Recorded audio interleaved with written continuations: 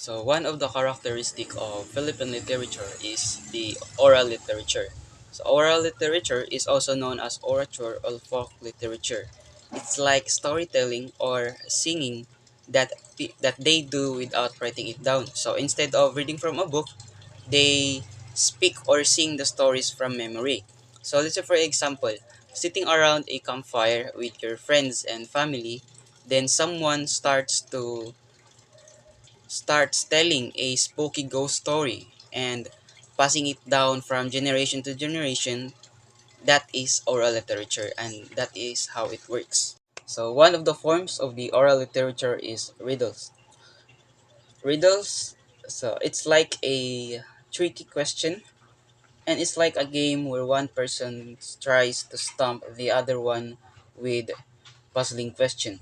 And the fun part of it is when you're trying to solve by thinking carefully what could be it mean those questions, what could it be mean. And it's like a brain teaser where you need to use your wits to um to reveal the mystery hidden in those questions. So riddles during pre-colonial Philippines were composed of five purposes.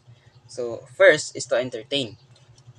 Before the absence of electricity, family would sit around a fire, and the elder will quiz the younger by riddles, and that's how they entertain.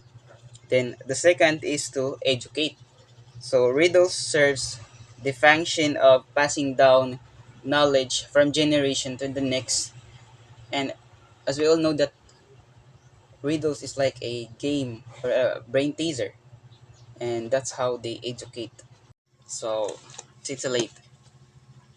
So when we say titillate, um, it's like a you were stimulating or you were to excite someone into a sexually way. So many old Filipino riddles has a double entendre. So when we say double entendre, it has a group of words or phrases that has a double meaning. One of those meaning is a very inappropriate to say directly. For example, you were in a market and you've seen those melons or watermelon, and the seller is a woman. Then you say to the seller, or you ask that those melons were, I mean, her melons were big, and you want to have one of those. So it's a very inappropriate or for the part of the woman that you ask those, but you're actually pointing for the melons that she's selling. So that's it.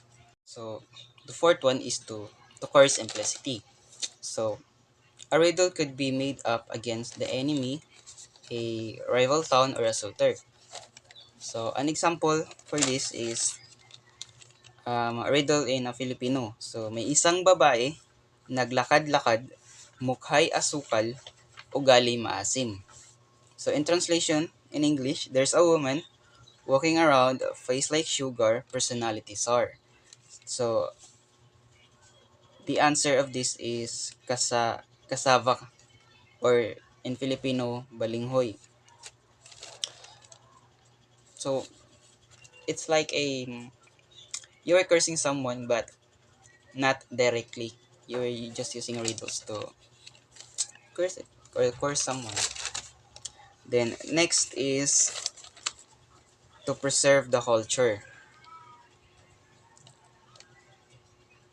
So riddles communicate the old ways from generation to the next. So since I've said that the oral literature is can be passed through speaking or listening from the they have done um this thing from way back already. I mean, they already did this from the pre-colonial until now. We have riddles, right? So that's how it preserves the culture.